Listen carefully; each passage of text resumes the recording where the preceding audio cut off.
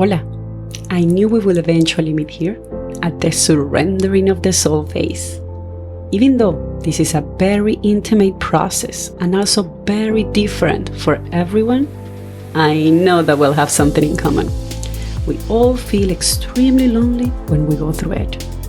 Every day, I help others to reach a state of liberation by uncovering the gifts that are hidden under labels such as insecurity, trauma, grief, depression.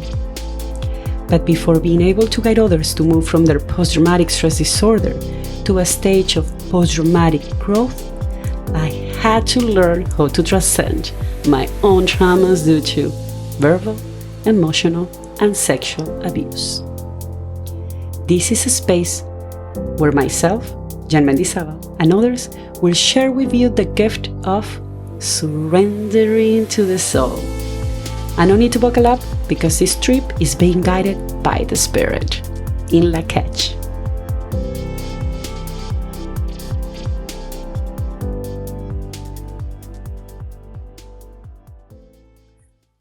Well, I don't have to ask you if you are ready to surrender to the soul, Sasha, because I know you are.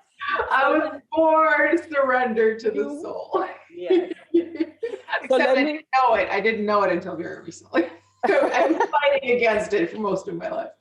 Like, hey, Sasha, just so you know, you're surrendering to the soul every day. Whenever you're ready, babe. Just letting you know. Well, let me introduce yourself before we dive into the surrendering experience. Sasha is an spiritual embodiment coach, and also she's an intuitive healer, besides the extensive background she has on arts. So what a beautiful piece is getting there together. And on top of that, she likes to surrender into the soul every day. So of course I had to have her here. There was no other option for me. Like Sasha was one of the names that came out top of the list when I was thinking about who I was not going to interview for this podcast. And she's here today. Finally, we made it work. Can we do that together? Yes, please. One more into the chest. Open your chest and breathe in.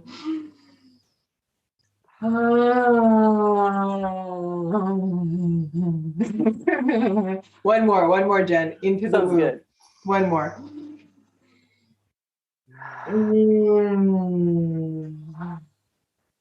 So good.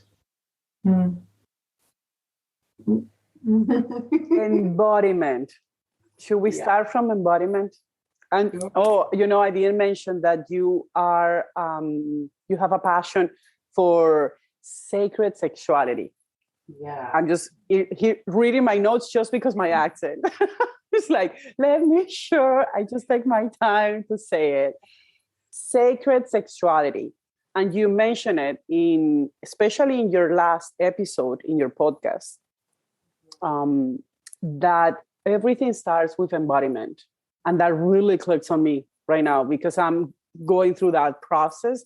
Every time I go through a big process that it may take me a year or two, those kind of big transformations that we go within ourselves, ends up in the body. Like basically to the root, but always going back to the body. It's like you need to kind of level up whatever work you have done in the spiritual realm or in the mindset that you have been updating yourself to. Then the body has to take it all in. The body has to adjust. Is that the way you see it too? Like, I'm so excited to see the surrendering part of the embodiment that Sasha has gone through.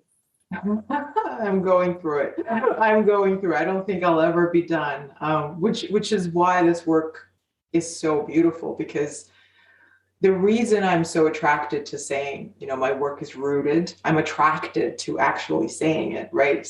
Sacred sexuality is because there is this taboo, right? The word sexuality immediately was like, oh, what is that, right?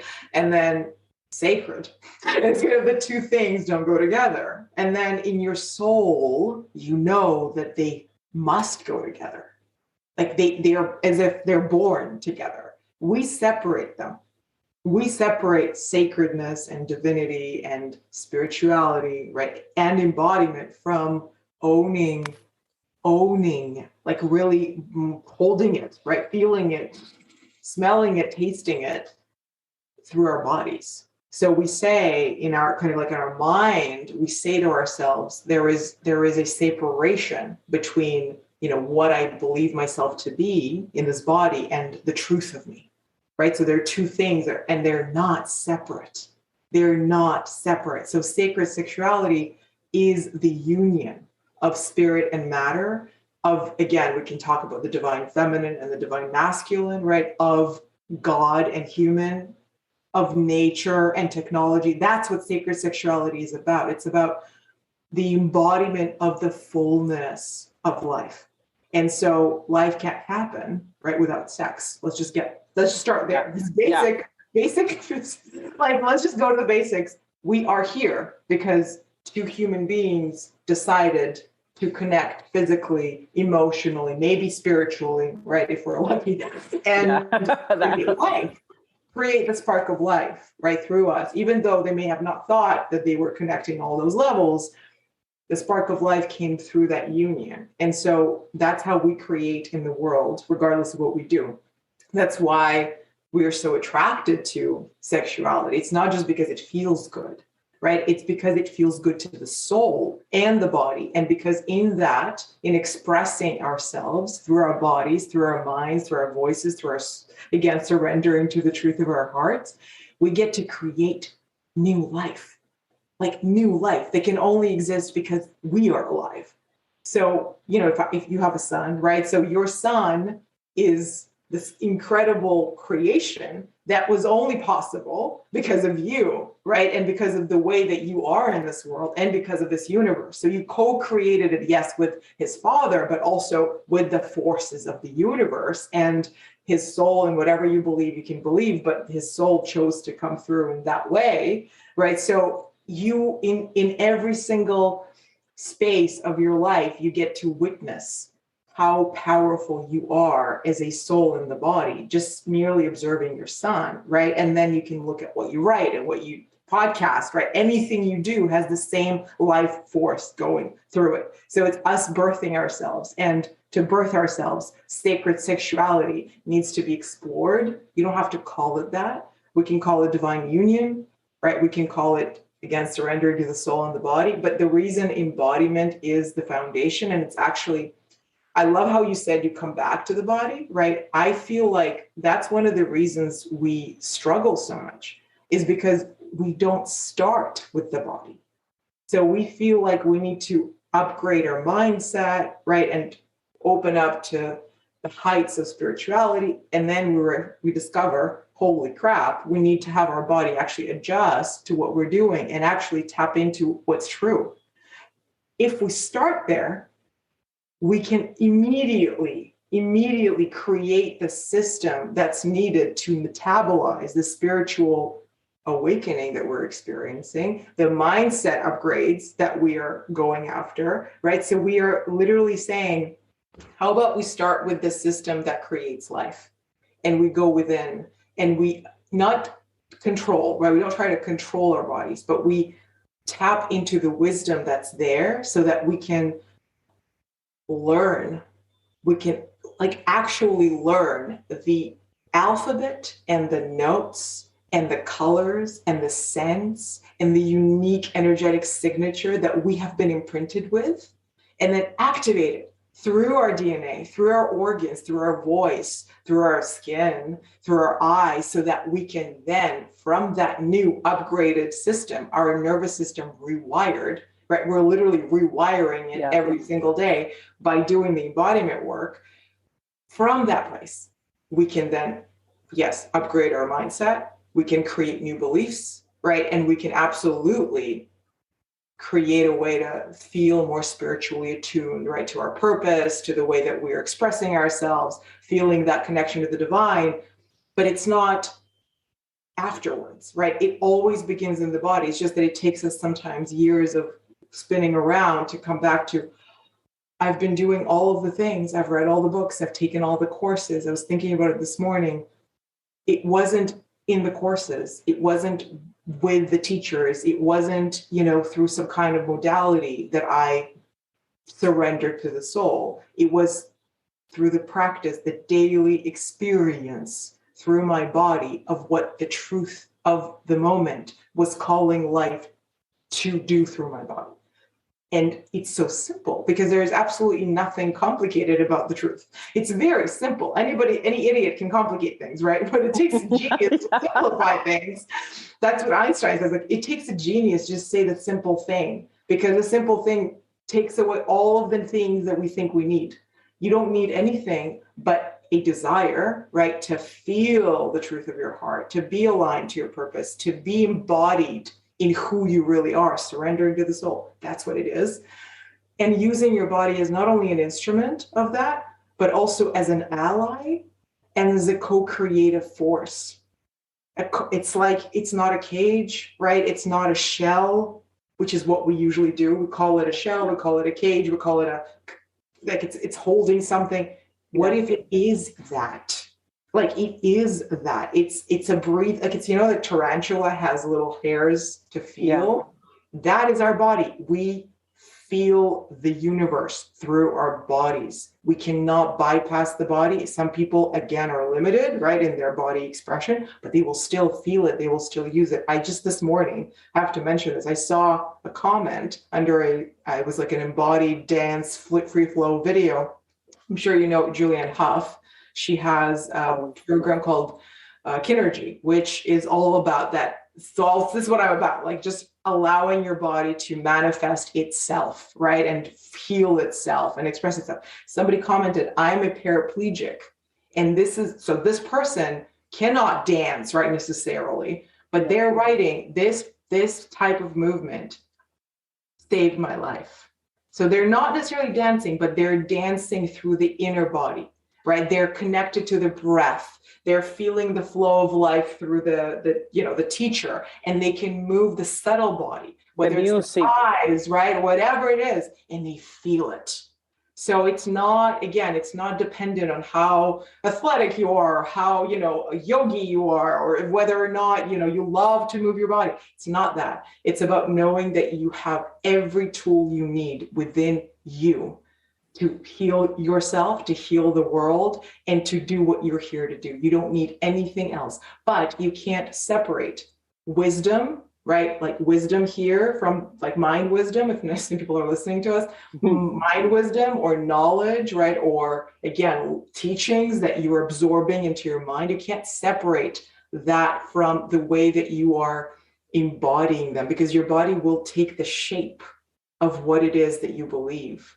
This is not necessarily my teaching. I've learned this from a teacher of mine. I'm going to mention his name. His name is David Dida. And then a disciple of his, John Wineland. They do a lot of work around sacred union, specifically in the realms of intimacy. But this concept of your body actually taking the shape of what you believe and your life is, to me, it's probably the most important thing for people to understand. They might not agree, but just witness yourself, right? Witness how you're holding your body. Witness what you're feeling, if anything, right? Everything in your body is a reflection of what you know, what you believe, and how you feel about yourself. So that's why people avoid it, because it actually requires a lot of courage to face that we have responsibilities to ourselves, to do the work within us, and to actually use the tools that have been given to us. And sacred sexuality is a very inspiring way to almost, I would say, to entice yourself, right? To get yourself really deeply curious about what's possible, because of the connotation of the fact that in doing sacred sexuality work, you are intending to be able to come into union, right, with another, either it's a human being, right, a partner, a child, right? Like being in relationship requires that embodiment of sacred sexuality, of having the harmony of the feminine and the masculine, knowing how to activate your purpose through your voice, right? Like all of that.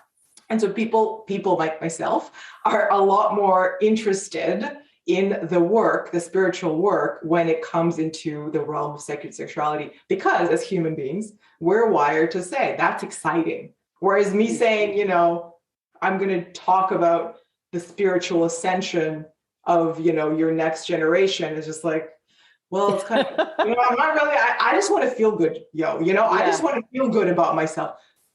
It's the same thing, right? Spiritual ascension, sacred sexuality. Let's make it simple. Do you want to feel good about who you are and how you live your life and this world? Do you want to feel good about it? That's what sacred sexuality is. So that was a long introduction, but yeah, it's beyond what's really important. It's beyond, again, it's beyond the idea of having sex, right? Or pleasure. Yeah. And it is absolutely interlinked with how we experience sexuality. And I would say this blew my mind when I first experienced it, because it's true. So it kind of like rubbed me the wrong way. But I feel like it's one of the most important teachings of this work, and for people to really tap into what it means to do sacred sexuality practices.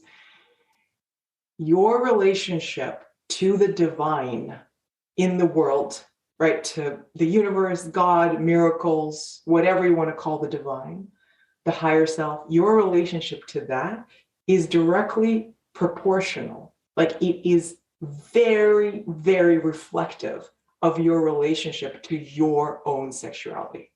Mm-hmm. How you feel about sexuality within your body, how you think about sex in yourself, right? And you with other people in the world is reflective of what you believe about the divine and your relationship to the divine. And when you start really noticing in your life, in your relationships and religion, right, how you think about those things and how you judge, right, how you close up or you refuse to talk about certain things, you will see those parallels come up. It's like, oh my goodness, I'm judging myself for this. And yes, I judge the divine. Like I'm actually rejecting a lot of this love out there because I'm judging it within myself because I have an unhealthy relationship to it. Now, it's not your fault. Like we have years of conditioning and millennia of karmic baggage and God knows what else, right? That set us up to just have a perverse relationship to sexuality, our bodies, the way that we relate, the way that we create life, the way that we are embodying our femininity, our masculinity. All of that is true. And it doesn't have to be. When you actually understand what's been happening and you're aware of it, right? You make the unconscious conscious. You are able to then transmute it, but you must do it within yourself. It's not out there. It's not in church. It's not in a social circle. It's not by going on YouTube and talking about it. That's all part of it. But it starts with, how am I relating to my own sexuality? How am I relating to my body? How do I feel my feminine or masculine essence manifest? How am I using my power or abusing my power? How am I constantly judging the feminine or the masculine out there? What is actually happening to me when I'm out there trying to be me, right? And then you can absolutely start healing yourself. And in doing that, and you know this, in doing that, in feeling and embodying your own healing, and feeling that harmony within you starting to work, it's like observing how it changes everything in your life and how people are attracted to you, right? Different people come into your life. Some people start leaving, right? Yeah. Some relationships, all of this just effortless. It just happens. And you're like, and through that, you are creating a new world because you're saying, I'm not available for this, for judgment, for anger, for jealousy, for rejection, for separation. I'm not available. I am so present in this union, in this desire, and this longing to be fully expressed and to have someone else express themselves, right? Their true selves to me, that all I want to do is evoke that and express that and have that serve the moment. Right, so serve the world, create more love in the world. And I'm only available for that. It will include some grief, and it will include anger, and it will include yelling, and it will include all kinds of drama for sure, because we're human. Yeah. It will all be in service, and it will be intentional, and I will not run away from it. And when you start doing that, that's when you know your life has purpose. You don't even care about what it looks like, right? Or what it's about to create. You just know it's on purpose, it's intentional, it's in service, and it feels hot damn good. So anyways. Wow. You know, that explains too much to me because I'm a dyslexic person. Right. You don't need to read any of this stuff. No. I'm dyslexic, so it makes sense. I always started backwards. You started at the right place.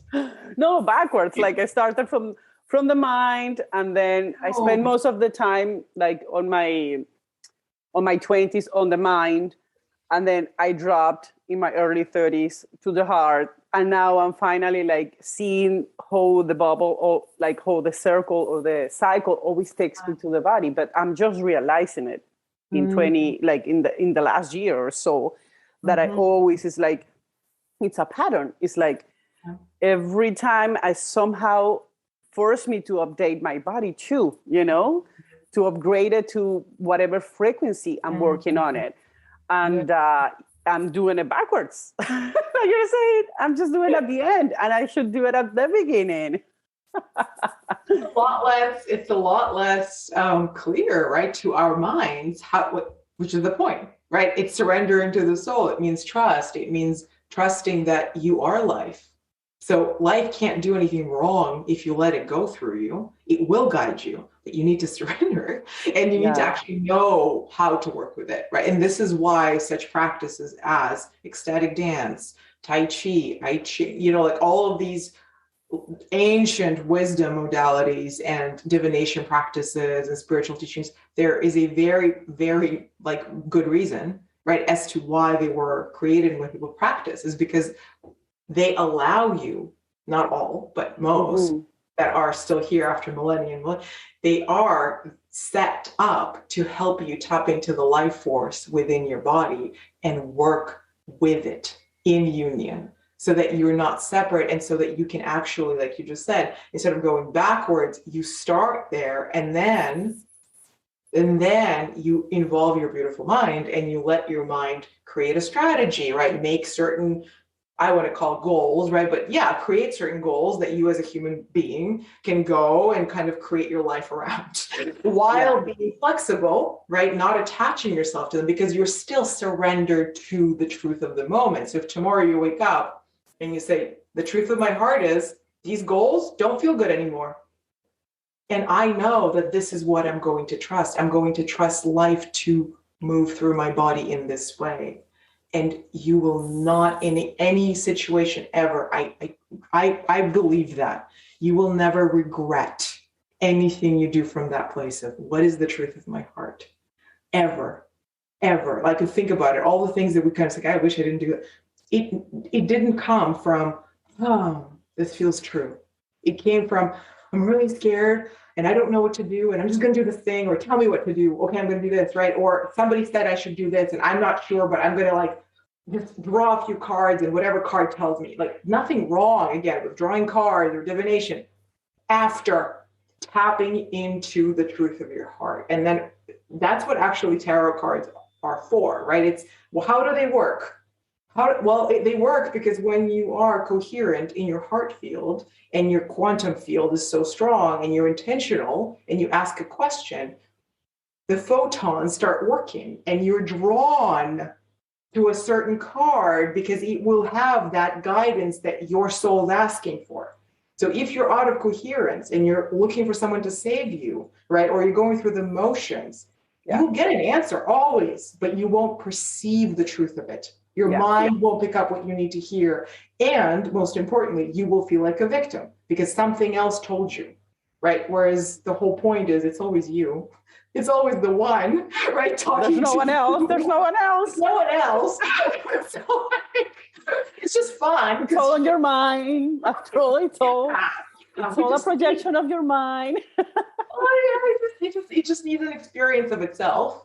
So it creates different ways of experiencing itself, which is great. But know who you are as you're experiencing yourself. I am not my finger, right? I am both the finger feeling me, watching it, touching it, and I'm also the one who feels and touches the finger. And I'm the one who's aware of all of this as I'm saying this to you.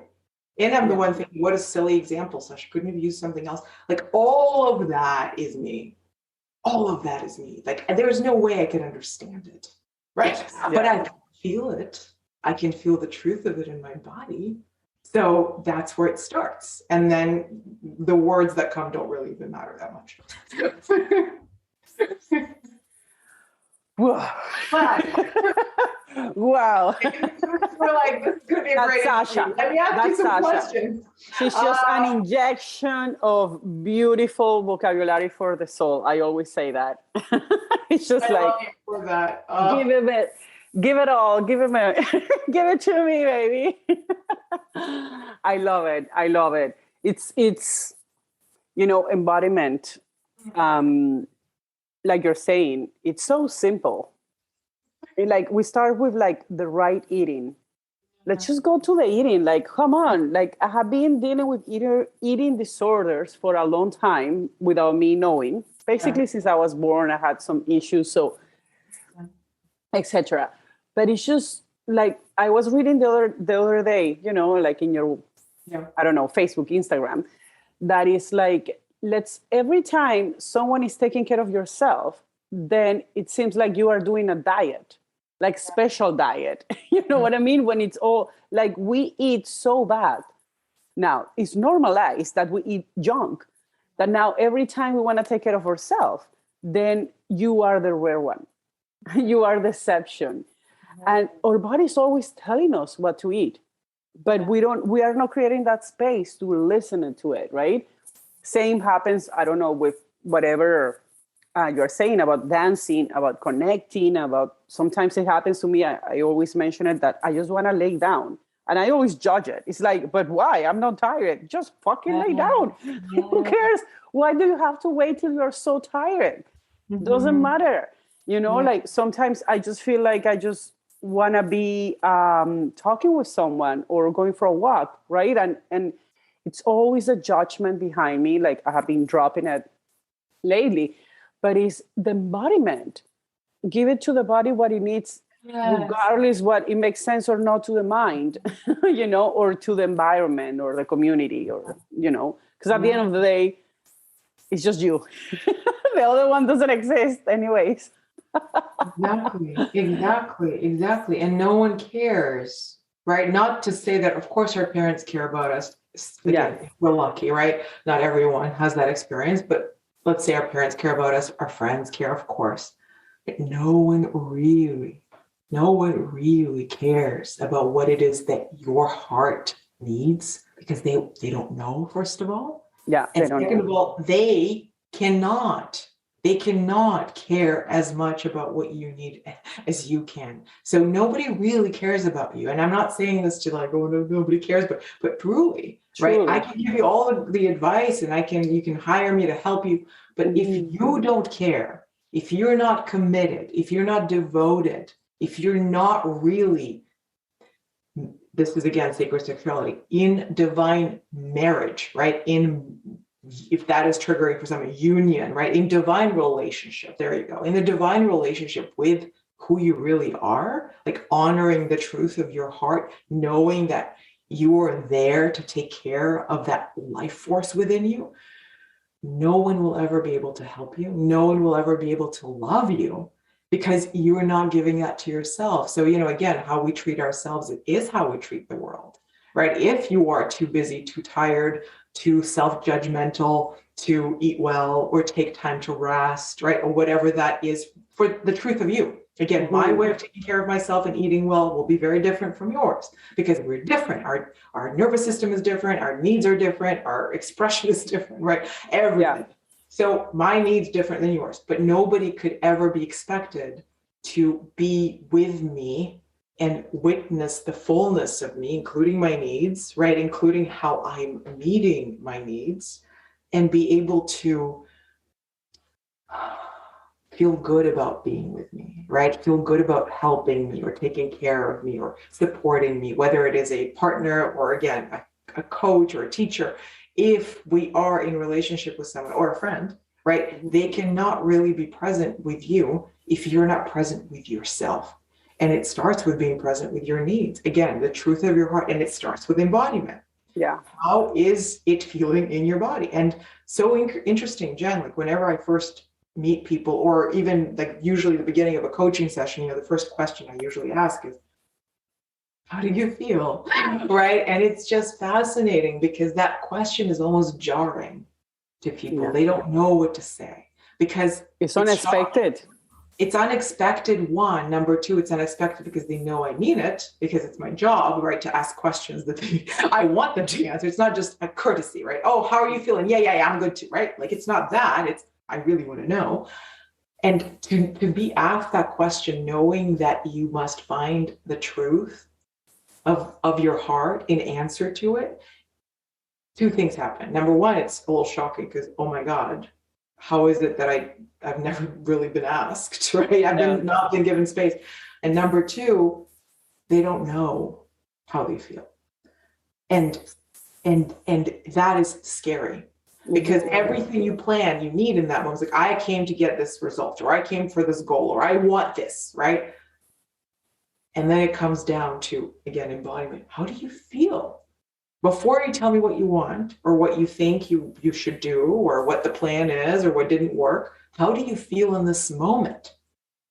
And the reality is we don't create the space to be with the truth of the moment ever. Even, and again, this is why embodiment is so powerful, because it brings you into the body and it doesn't allow you to be in the mind and in the truth of it's one or the other. So if you're doing it right, if you have the right, by right, I mean, if you're doing it intentionally, right? If you're intentionally practicing being in your body, stepping into literally the space of your heart, right? Stepping into your womb, connecting your nervous system, activating the chi. If you know what you are doing, you're using your instrument and you're patient, right? You know, it's literally like learning a new language. Yes, it's your first language, but then you had to learn 20 other ones and told this one was the stupidest thing you ever learned. So forget all about it. And now you're like, oh, it's the one I need the most. And so you have to relearn how to be in your body and what it feels like to be in your body and what the truth of it is and how it expresses itself. It takes time. It takes time. And it's the most liberating, the most empowering, and the most loving thing you could do for yourself and for the world. Now, when you don't know how you feel, that's number one. That's sign number one that you're not in your body. Because if you are, you might not know, how do I feel? Okay, well, hold on. Well, right now, how do I feel? Excited. I feel excited, right? It's not hard for me to know. I know I feel excited. And in 20 minutes, I might feel really scared. I don't know, right? But we'll see. But the thing is, I know how to get there. If you don't have a way to connecting to the truth of your heart, it feels almost like a betrayal to yourself every time you get asked that question, because it shows you how incredibly disassociated, detached, right, removed you are from who you are. It feels painful. So people either don't want to answer it and they start creating stories, right? I'm this, I just, or they just turn away and they bypass it, right? And this is where spiritual bypassing comes in, and mindset, like it's what we do. It's like, well, I want to feel better, so I'm just going to think about the thing I want to feel. That's great, but you don't actually feel it because you're not embodying it, and you can't embody how you want to feel if you're not feeling the truth first. You need to transmute the truth first. If it's transmute if it's not something you want to feel, right? Sometimes, like, I'm excited, I need to transmute excitement. It's great. I want to amplify it, right? So I'm going to amplify excitement. Whatever the truth is, you start there, and then where do we want to go, right? And knowing too that everything you feel is always in your highest good. So if you don't feel good, there is wisdom, there is something there that will move you towards creating something that you absolutely, in your heart, really want. Like, it's a sign. It's going to move you there. It's like, you don't feel good? So let's feel this. Let's go there. Let's transmute this friggin' shadow you've been carrying for 30 years. Forget about your goal. Your goal is how you're trying to escape from feeling this. So you actually don't even want the goal. You just don't want to feel the truth of your heart. So when you do, you might suddenly recognize, I don't want that goal. I don't want to go on this trip or vacation. I actually don't care. What I want to do is start a business.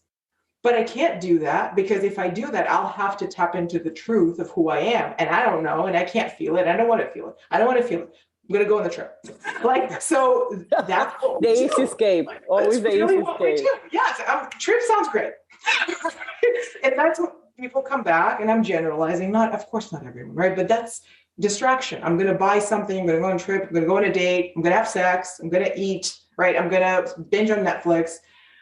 There is a time and a place to do all those things if they're coming from the truth of your heart. It's like, oh, I feel really great right now about doing this. It serves the moment, right? Yeah. That's what I need versus I don't want to feel the truth. So what can I do to just push it away for like at least another 4 days or 3 hours or however long I can handle it. And then another, and then I'll add it. And it's a habit. And then it becomes a habit of doing that. And then you don't know how else to deal with anything you're feeling. And then your body takes off the trip. So you can just see the shape. People on dates, you can feel them just like closed up. People at work, at the computer, like you can just sense how incredibly detached they are from their hearts. And so anything they do and say and feel, quote unquote, they think they feel is coming from the throat up. And it's usually influenced by what they believe about the world, not how they actually feel. So because feeling is just, it's too much. Their nervous system can't handle it. Right. So that's what we're talking about when we talk about embodiment and training your nervous system. And again, practice, daily practice and sacred sexuality. It's not an overnight, I'm going to discover the divine and open. No, you have to actually rewire your nervous system to handle the range of like feelings, emotions and feelings, which aren't the same thing, but emotions are kind of the up and go, right? I'm happy now and in an hour I'll be scared, but underneath it is the feeling, right? So the emotion can do this, but the feeling is usually I'm sad all the time. So I can't get to the feeling without actually feeling the emotion, which is energy in motion, which is why embodiment is so important. So you can just like push it through your body, move it through your body, not have it block, right? The neural pathways of how you actually feel. Because then you can't even get to the truth of your feeling because you're so overtaken by emotion. It's like, I'm just excited. It's like, and underneath it, you're suffering, you're devastated, you're grieving your divorce for 5 years, but you haven't gone there. So you're just like, I'm just excited. And then I'm angry. I'm excited. So feel that, express it, move it, dance it, journal it, cry it, yell it, have a tantrum, do some practices to tap into the fullness of it. And then step into the truth of your feeling underneath all of that. Maybe there's just deep sadness. And when you're there, that's where you can transmute the sadness. You touch it fully, it will dissolve. It will dissolve once you really sit with it. It has to, right? Yeah. It will create an opening for you to feel. It will transmute, yeah. Yeah, but it won't transmute into something that, you decide you should feel this, right? It's just going to open up to the next true thing for you to feel, which is forgiveness, deep forgiveness, or compassion, right? Empathy for yourself, for the thing that you're grieving, for whatever it is that you thought you could never let go, but only after you allow yourself to be with the truth of your feeling, the truth of your heart, and how it is that you just hold it in your body. Like, what is your body experiencing? Is it shivering? Is it tense? How can you be with it? Right. And again, this is where practices and different modalities that I mentioned. Yes, Tai Chi, and yes, Qigong, and yes, yoga. It depends who you are and where you're at. But there's so many modalities out there. Just find the thing that works for you. Commit to it, devote yourself to it, and know that it is an embodied self-love practice that you must do for the rest of your life, and that you don't need to complicate, right? It's not about trying to get somewhere else. Yeah. It's all about coming back to the truth of now. Yeah, it's all about being present in the moment. Always. But nobody wants to do it because it's hard to do. Because like you said, we don't create, we're not built, we're not raised to create that space. No, we're raised to be in the future, or the future being the past, right? We live in the recreation of the past that we call the future. So it's like, and it's not our fault, right? Nobody taught us that none of that is true, right? So we have really not great models of, like, really think about it. I say I've seen great embodiment in terms of like leadership and love? And not really. I have, but not a lot. And most people haven't seen any. right? So for us to actually know that that's how we're wired to live and to thrive, it's just that somehow in the past 1,000 years, slowly, it's just been stripped away and taken away from us, like the wisdom that we've always carried, especially as women, especially as women. We literally carry that gift for the full, fullness of humanity, right? We're the ones who offer this gift of embodiment, of inviting people into their body. It's not men, it's women. The pleasure of our bodies, right? The giving birth, all of it. And of course, it's not our fault, but it is our responsibility to reclaim it and actually devote ourselves to this being our most important work. It doesn't have to be an hour a day. It doesn't have to be like, oh, well, I have 3 kids and I have a job and, I have family and I have responsibilities. I don't have time to dance naked. Sasha, are you crazy? You don't need to. Do you have 10 minutes? Can you create 10 minutes every single day to tap into the truth of your heart and trust and commit to it being the process of becoming who you really are? Knowing that you're not waiting for a result or like something just strikes you as enlightenment and then, oh, here we are, right? It's you doing this every single day, rewiring your nervous system. It's almost like you're creating yourself anew so that you can really, truly serve which is all we want, right? Serve the world in the only way that you can. That's what it's all for. It's just, that's the reason. Well, thank you for listening to me. No, my God. Oh, come on. I'm like, I'm amazed. It's an interview, and then I'm like, inspired. I don't really have a regular practice. I do dancing and I do all kind of movements. I like to hike. I like to run. I like to have walks, swimming. Like every day I feel a little bit different. Yeah. But what I'm doing now, because I'm so used to ask myself, why do I really want to do for like my hobby time? Yeah. And I have all these options available to me, but I'm doing it more during the whole day now. Like before eating, for example, it's like, do I really want to eat, or it's just because they have it?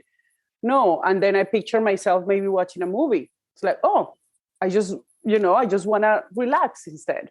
Or I picture myself doing something completely different, especially for work. Sometimes I have those plans and it's like, but that's not exciting me. What I really want to do is the other thing. So I allowed myself to give me maybe 1 or 2 minutes, just a couple minutes during the whole day, many times, to give me that space to just really connect what I'm feeling at the moment instead of starting the whole activity right away, because that's kind of me. Like I'm a good Libra in that way. I just get carry on. And now as I go, I probably started maybe doing it a couple months ago, like more putting my intention, right?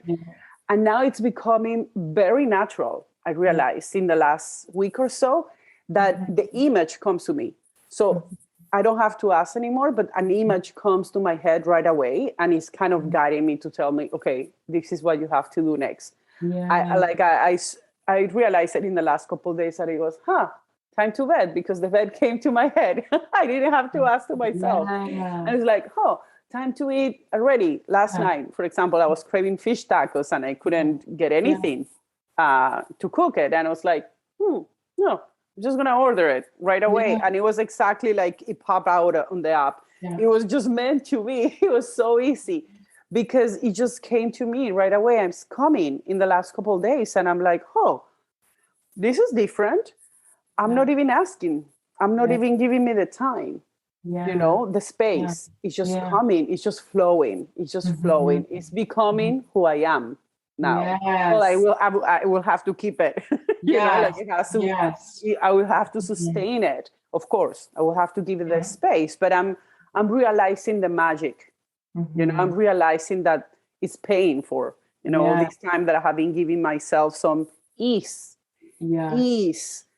And I didn't know what it was gonna what was going to happen, because it's like ease. I know, and I need more ease. Oh, but this is boring, but I need more of it. And all of a sudden is giving me that, because you're saying that about embodiment, that we don't, it's difficult for us to create that space. And I can totally relate to it, especially because I'm a very extroverted person. Yes. Yeah. And I enjoy being around people. Till not long ago, I enjoy big crowds. I don't enjoy them as much anymore. But I do enjoy the music, the movement, live bands, and stepping out of that. It was difficult, like stepping in the rushing, into the survival mode, into the go, and planning a lot of things. It was a very difficult transition. And now is when I'm seeing the payoff.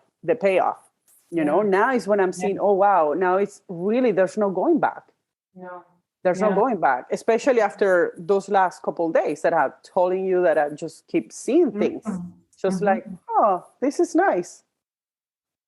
Well, that is what you're rewiring your nervous system, your capacity to create space many times a day, right? This is what the beauty of pause is, right? Creating, but being intentional about it. It doesn't just happen. You did create an intention. You did create practices, right? That opened up the space in your body to receive the wisdom when you need it. And you have retrained your nervous system to be so attuned, right, to what you need, so that when you need it, it tells you, like, I need this.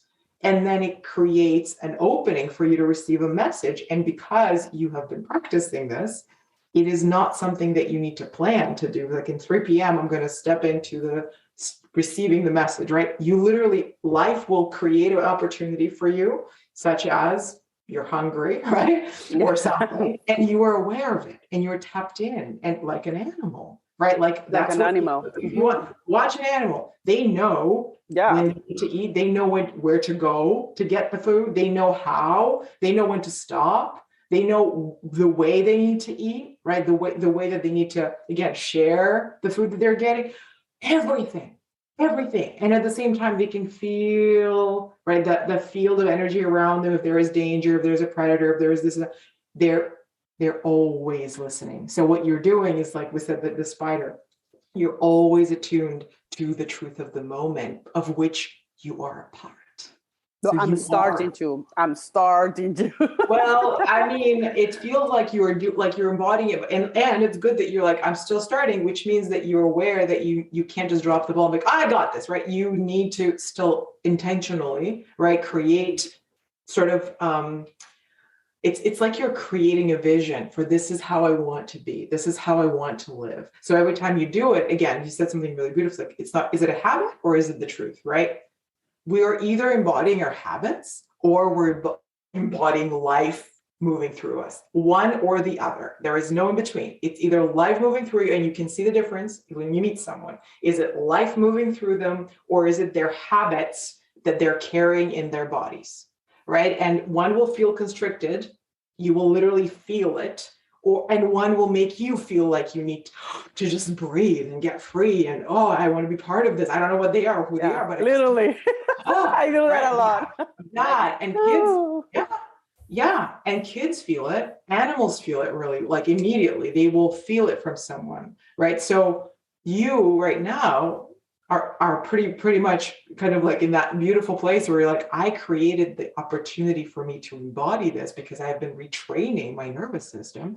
So every time you do, it's really important to say to yourself, good job, right? Like, we don't do this because we're like, oh yeah, now I know. It's like, yeah, but the habit, if it took 30 years to install the habit of not listening to yourself, it will take not necessarily 30 years, but it will take some time, again, to retrain. 2 months for you, you started doing this work and like, okay, now I can feel it.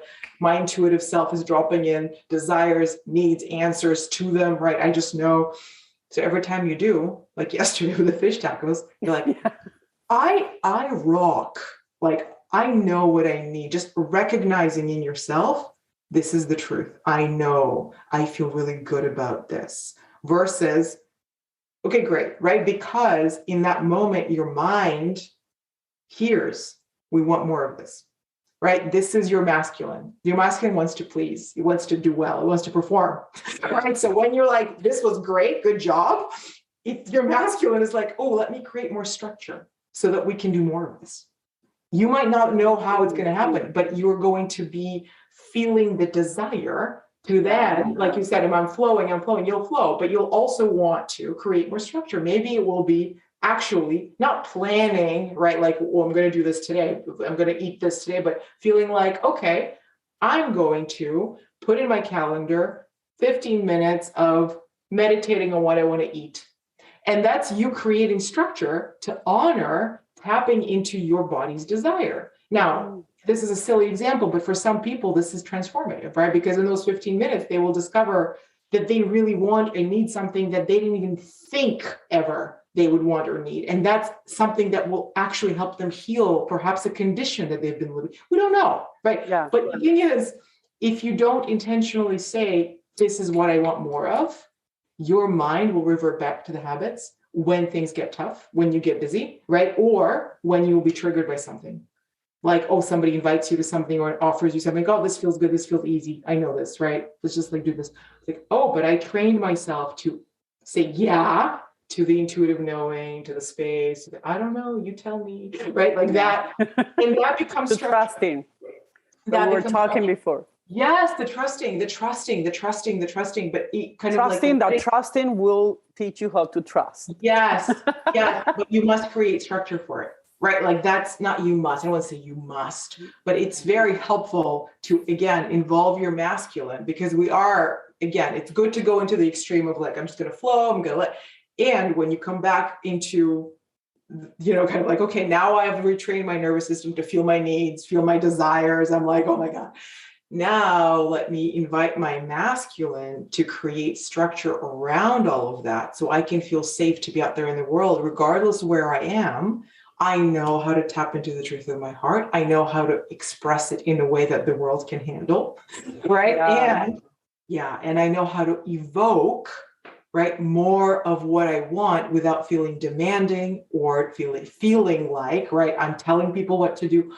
I'm simply artful in it because I've trained myself to feel it, but also because I'm using my masculine to modulate it. Not trying to dumb it down, right, or numb it, but modulating it because, again, we live in a world full of temptations, full of people trying to confuse us, not because they're bad people, but because they believe one thing and da, da, da. So if we don't have structure, it's very easy, not necessarily to say, I forget everything, I'm just going to follow you, but it's then feeling like we're confused, right? And we're like, not sure, I need space, I need to get away from this, this is too much. Whereas where we have structure, like I have a shell now of my structure, right? So wherever you put me, I know what's good for me. I know what's right for me. I know how to tap in and I know how to say no in a way that serves. Mm-hmm. And I know how to say yes in a way that serves. Yeah. Like yeah. And you know what? You brought that up, very important, especially, for the people that feel related to surrendering to the soul, to that title, because during the process of the awakening, that's exactly what happens, right? We kind of, I don't know if you feel it the same way, but we detach from the masculine to surrender to the feminine, right? To reconnect with Pachamama, Mother Earth, to all the feminine side.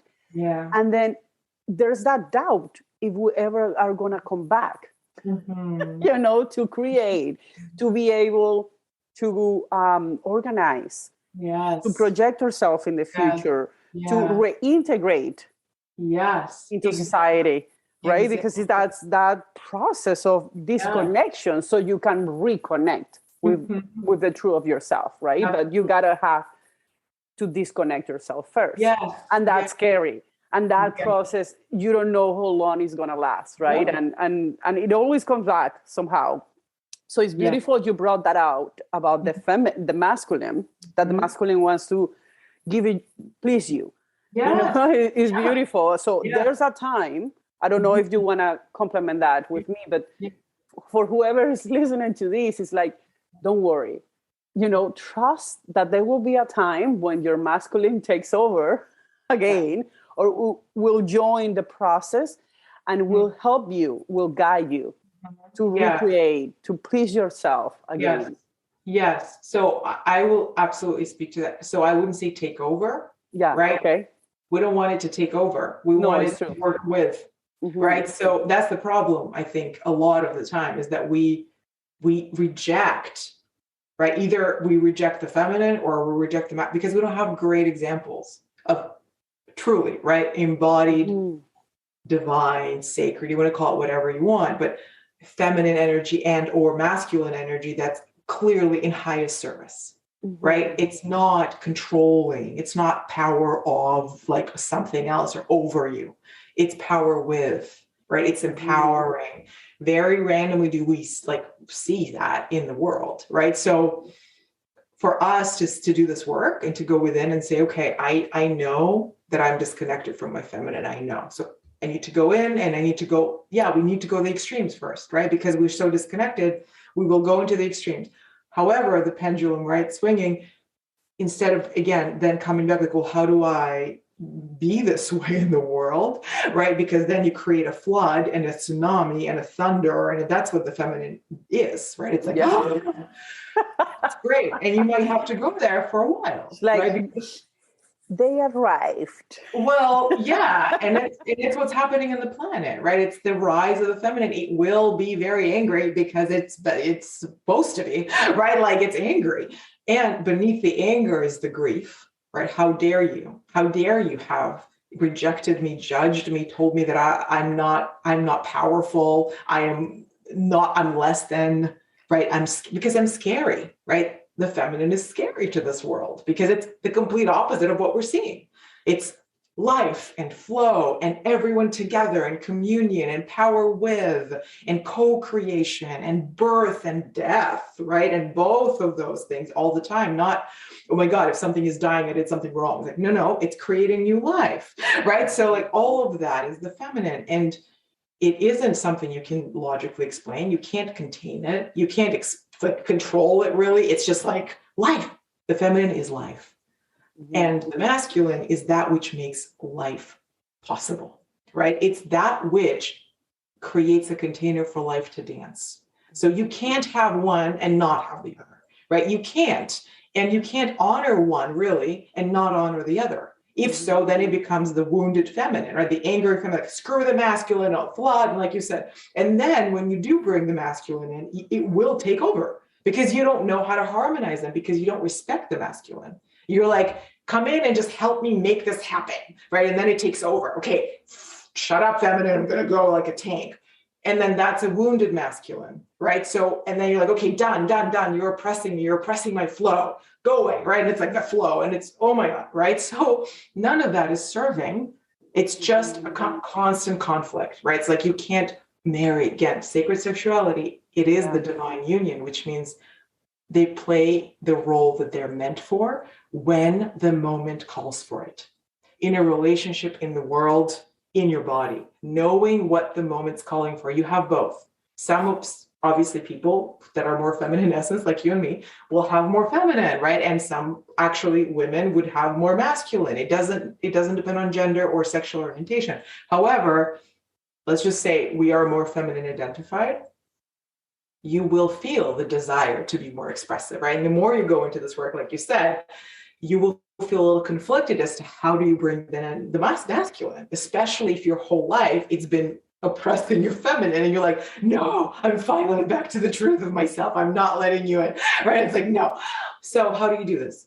You have to see the masculine as well, to me anyway, that's what. No, share it. Yeah. It's the divine leader, right? It's the divine leader. So you can see it in a mountain. You can see it, again, you can use a deity, right? Like Jesus or the Buddha, or like a masculine being that you know has been spiritually enlightened, that wants the best for all, right? That represents love, unconditional love. And they happen to be in a masculine body, which makes it easier to see this. But the way that you identify the masculine, again, this is, if it doesn't feel true to you, don't take it. Just, this is something that I've been learning and incorporating and feeling into. And to me, it's true. It's really understanding that it's that which witnesses everything.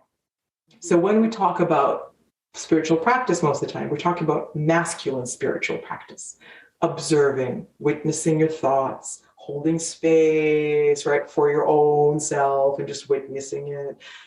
The nothingness, right? The masculine wants everything to end and be quiet. And you can see this in men, right? When they watch TV, totally. It's because it's in their nervous system. It's not because they're idiots or they don't want to be with you. It's because their idea of bliss is nothing. It's just, I want everything to just end and calm down, and I just want nothing. The feminine's idea of bliss is, caramba, let's just dance, let's fly, let's make love, let's have sex again and again and again and more. Like, that is the feminine. That's the feminine. Neither is wrong, right? But they're different. And again, one cannot exist without the other, which is one needing the other is divine. The masculine needs the energy, the life force, the desire, the pleasure, right? That just fiery creative energy that the feminine offers the world. The masculine is fed by it. And the feminine is supported, led, made clear, right? Let's clarify the feminine. Like, what do you actually want? You're like, oh, what do you want? Right? That's the masculine thing. Tell me, beautiful one, what would you like? You're like, oh, well, I think I want this. Okay, great. Let me lead you. Let me help you get there safely. Let me hold space for you. What else do you need? Let me witness you do it so you feel good about your beauty. Let me share with you how beautiful you look as you do this. That's the masculine, because masculine it's almost like it gets a jolt of energy and life force by simply witnessing how much pleasure and joy and life force you have. So simply, and you think about this in sex, right? Mm-hmm. Men get a lot of pleasure by just witnessing the pleasure in the woman. Yeah. Women get pleasure by feeling pleasure. Like, yes, it feels good to get pleasure, but truly, honestly, it's, I want to feel pleasure in my body. And the men's like, I want you to feel pleasure in your body.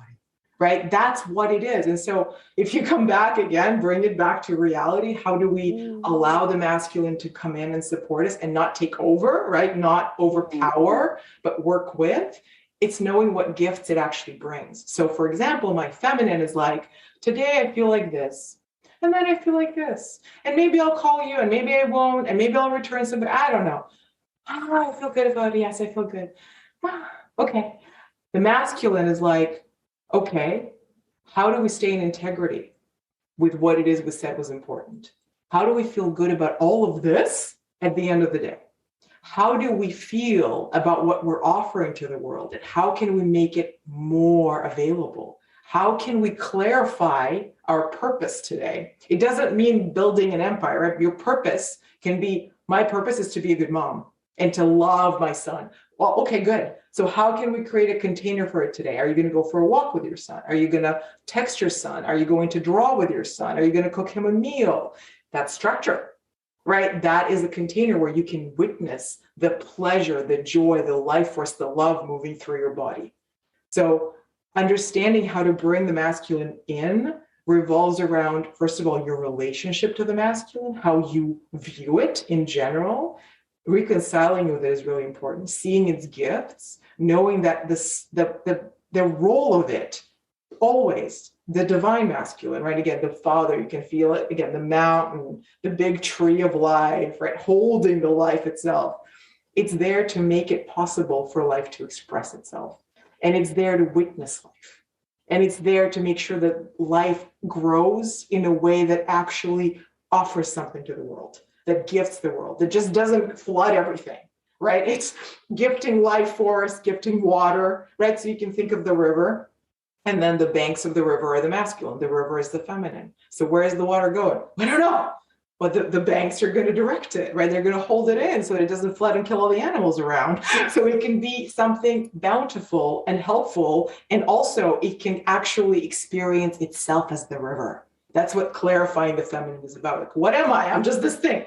You're the river. I'm the river, right? It's like, oh, this is literally, right? It's like, otherwise, like, I'm just water. I'm water. I'm water. I don't know. Like, so you need the masculine to clarify it for you. And it can change. And tomorrow you'll be the ocean. And then it will create banks of sand and mountains. Like, oh, you're the ocean. Let me show you how deep you are. So the masculine will always show you more of you. something you can't do for yourself, right? And it will make it so you will want to gift it more of your life force and energy and create more, so that both benefit, both basically get what they don't have, and also make the other possible. in gifting the world. It's always in service. So I hope that this makes a little bit more sense in terms of bellísimo. Muy bien. Muy bien. No, very clear. I love that explanation. Thank you so much for sharing that with me as well, because I'm always expanding. Our river is like, what? I just want to be a flood today, okay? Anyway, that could be in service. Like today, I just want to be a flood, right? It's like, okay, especially the part that when the masculine says, "Yes, you are this." You are clarifying. Absolutely. Go ahead, and it's just a beautiful reminder to you and to your soul as well of that finished art. Yeah. And that's very beautiful. That's very powerful to share it here, especially with the surrendering of the soul phase. That we don't know what's going to happen, and we don't know when exactly, like you correct myself. Thank you for doing that, because I didn't have the right word, when everything's going to come in together, and union. Exactly. We don't know. We cannot control it, Some days we feel like dive deeply into the feminine, and we just keep going, and we don't know how deep we're gonna go inside, right?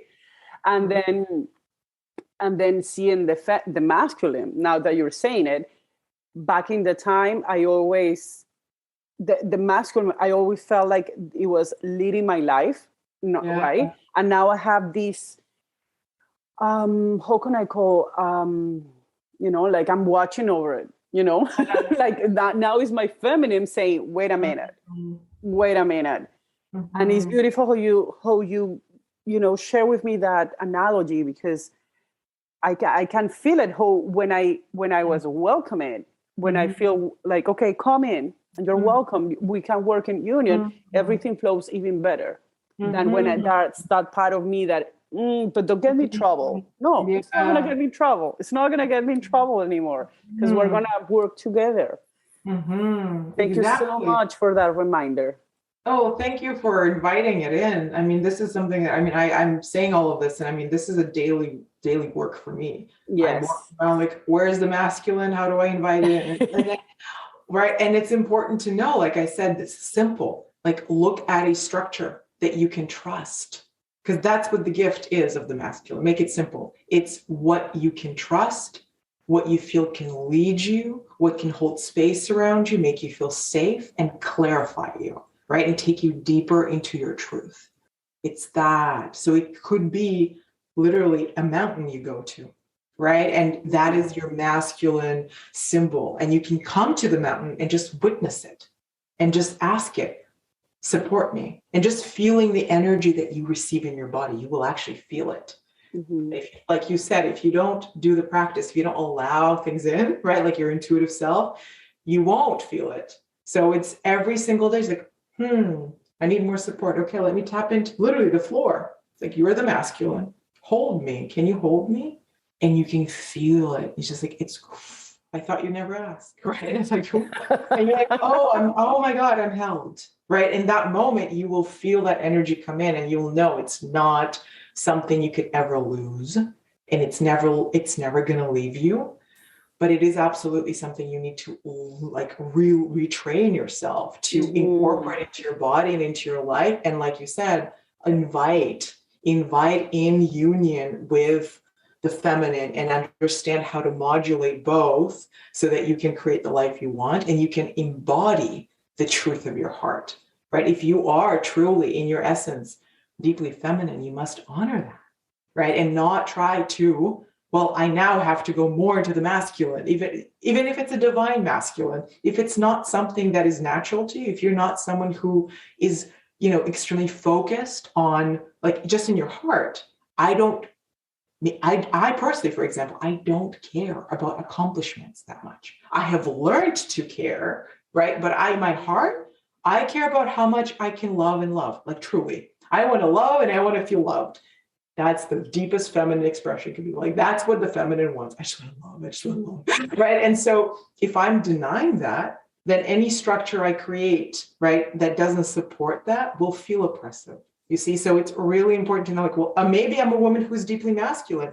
I really want to create things in the world. I care about purpose, right? I want to build. That's fine. It's beautiful. But just know that truth for you and know that the dynamic of your life will have to respect that so that you can use your feminine to help you, right? Infuse it with energy, but also know that this is the truth of your heart. You might not want to be in a partnership with someone, right, who will evoke more feminine from you because you feel more aligned in the masculine. So you will need a masculine man, but whose feminine is also developed, right? Again, they don't have to be super into this work, but just kind of feeling your intuitive self, like, well, this man is going to want, right? It's going to want more surrender from me. It's going to want me to want to be led. But in my heart, I don't want to be led. Just knowing the truth. And again, in our culture, I feel like there is a lot of confusion because some women deeply do feel like they want to lead and they want to create. Absolutely. Oh, like there've been women like that forever, right? And some, and I'd say most of the women that I know have been so disconnected from their hearts. And obviously I work with women mostly. So that's what I'm talking about. That's why I'm talking about this. They've been so disconnected from the truth that they actually don't even know, right, what the truth of their heart wants. And they feel bad about saying, you know what, I just want to love and be loved, because they don't know how to actualize it in the world. And they feel like that's not good enough because we've just spent 100 years fighting for our rights, right? And of course that was necessary. And we're in the next stage. And if we want the stage to become a state, right? We want to actually rewire ourselves to feel like we're thriving and not just have our habits run our lives, but truly be in a state of harmony. We need to come back to the truth, which we actually eviscerated. And the feminist movement did not help bring back because it was very masculine. You know, it's like, we have to be just like men. We have to, that's okay. Now we are, well, we're not, right? But we can, okay. And also now there is even more expectations that we must achieve and perform. And how can we allow ourselves to tap into the truth if there is this expectation that to be a worthy woman now, you have to want to achieve and create. If not, you're weak, right? If not, you're not a badass, right? Oh my God, I say screw and fuck that shit. You are a badass so long as you're true to your heart, whatever that means for you, however you want to play it, big, small, wide, narrow, but it has to be true to you and it will always serve the world and it will always be purposeful. But the most important thing is, how do you feel about you? And then you will evoke the support that you need from the world, but you must be honest, right? And I feel so excited because I feel like now we're in this position where we can say, you know, the structure helped us up until 2020, maybe not helped us, but it kind of, but it doesn't work. And it's actually keeping women stuck and depressed and detached from their sexuality and their pleasure and the truth of what they really want. And it makes them feel bad about it, which would, again, even most enlightened spiritual people, right? Because again, a lot of spiritual practice is about, let me be nothing, right? Let me just witness. Like, I want to dance and I want to feel pleasure. And if you can't do that, you can't offer it to anyone else. And you can't really feel like you're embodying your purpose. Coming back to embodiment. You don't feel like your true self because you're detached from the desire that you have, that you came into this world with, which will gift the world. Always, always, always, always. But it's a surrender. Again, it's a surrender. I thought I should be this. I thought I had to play this role. My mom did it. My grandmother did it, you know, whatever. And what does my soul want?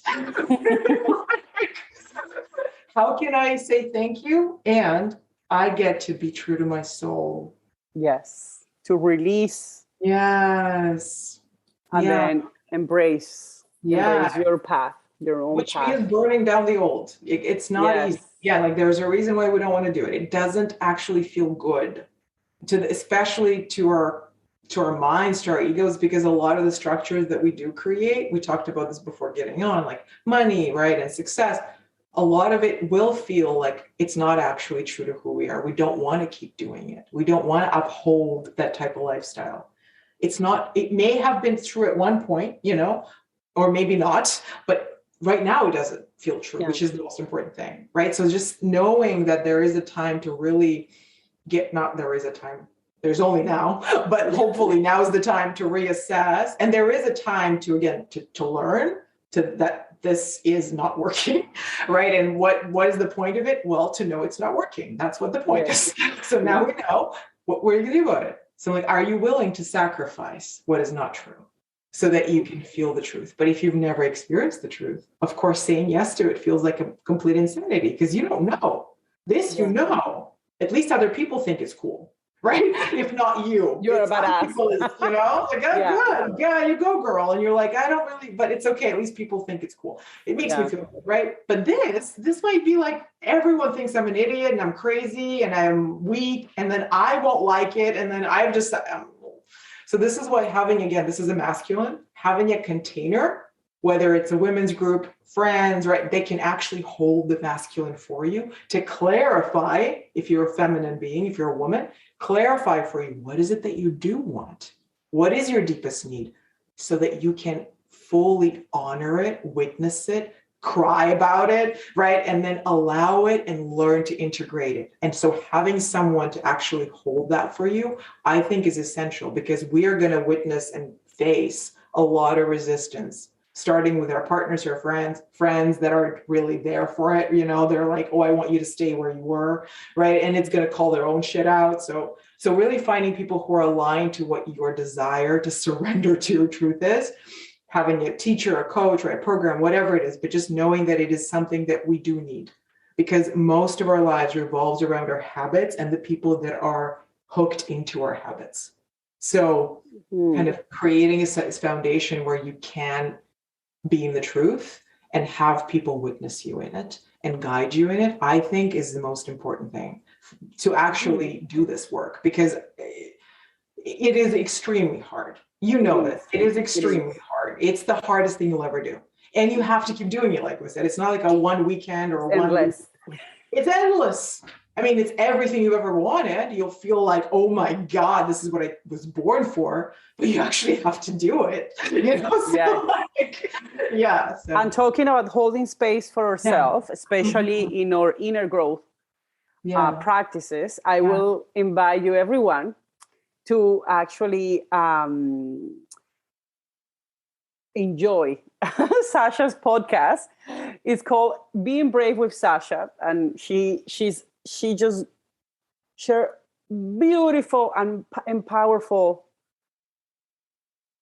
information, but I don't want to say information. The right word will say, because I always say that, you know, you just give injection of vocabulary for the soul, right? So it's a beautiful container where you are sharing in our social media.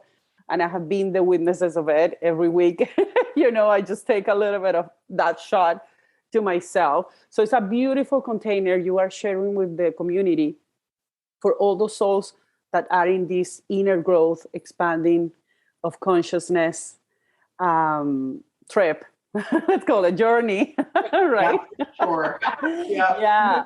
So I want to invite everyone to include you in that space that they're holding for themselves as a part of a coach and healer, and, you know, enjoy what you're sharing with others because it's really inspiring. And I can testify for it that it always comes from the heart.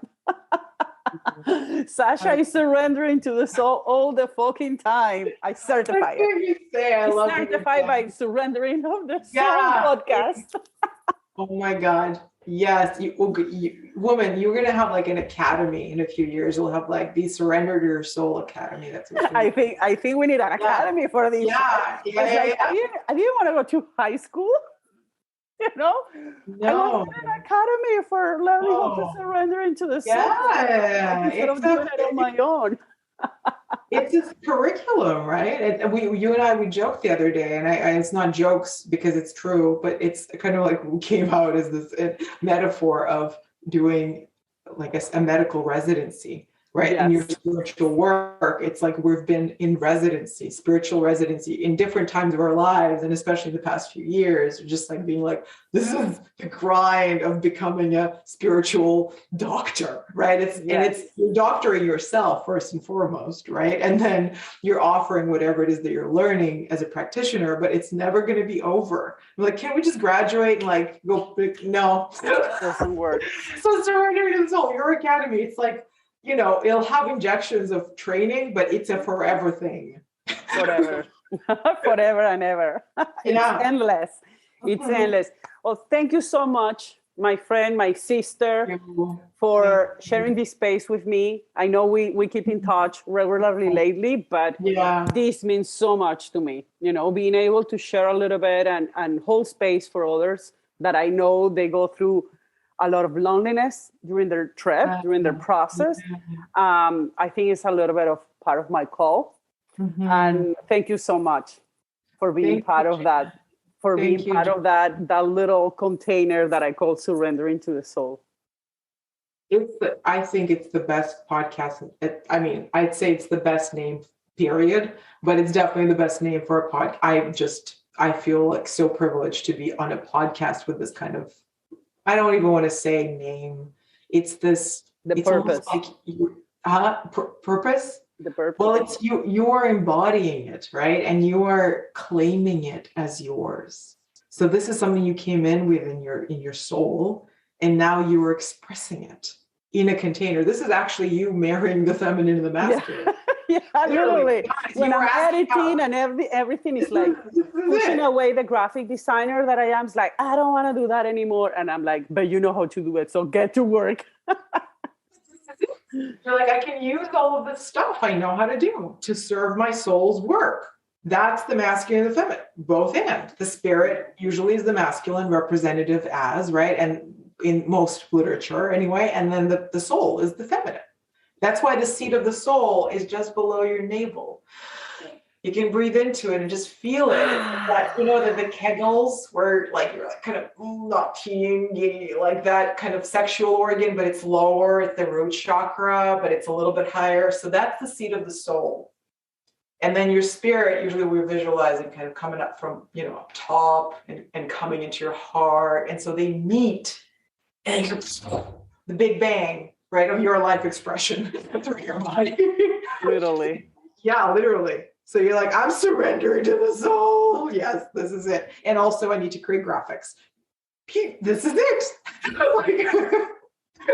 Welcome to Jen. She is the example of what she's talking about. So thank you so much, Jen, for having me, and everyone for listening. And may you feel surrendered in your soul. And of course, I'm going to tag all Sasha's socials, of course, in whatever you're watching this, YouTube or Spotify, Apple Podcasts, Instagram, you know, whatever it is. Whatever else comes in the future. Whatever comes in the future, she's everywhere. She's always sharing her love, her passion, always giving that container to the society. And it's just so beautiful. So thank you, Sasha. Thank you. Have an amazing day, and we'll keep collaborating with each other. I'm sure of that. Let's keep surrendering. Love you all. Let's keep surrendering. Bye. It feels liberating to know that you're not the only one going through chaos, isn't it? Many years ago, when I realized that I was living in a toxic environment, I checked on YouTube, hoping I could hear other stories. Do you know how many I found? I found none. So my intention with this podcast is that never happens to others again. Help me to spread the word that there is a huge light at the end of the tunnel for everyone. Hasta la próxima.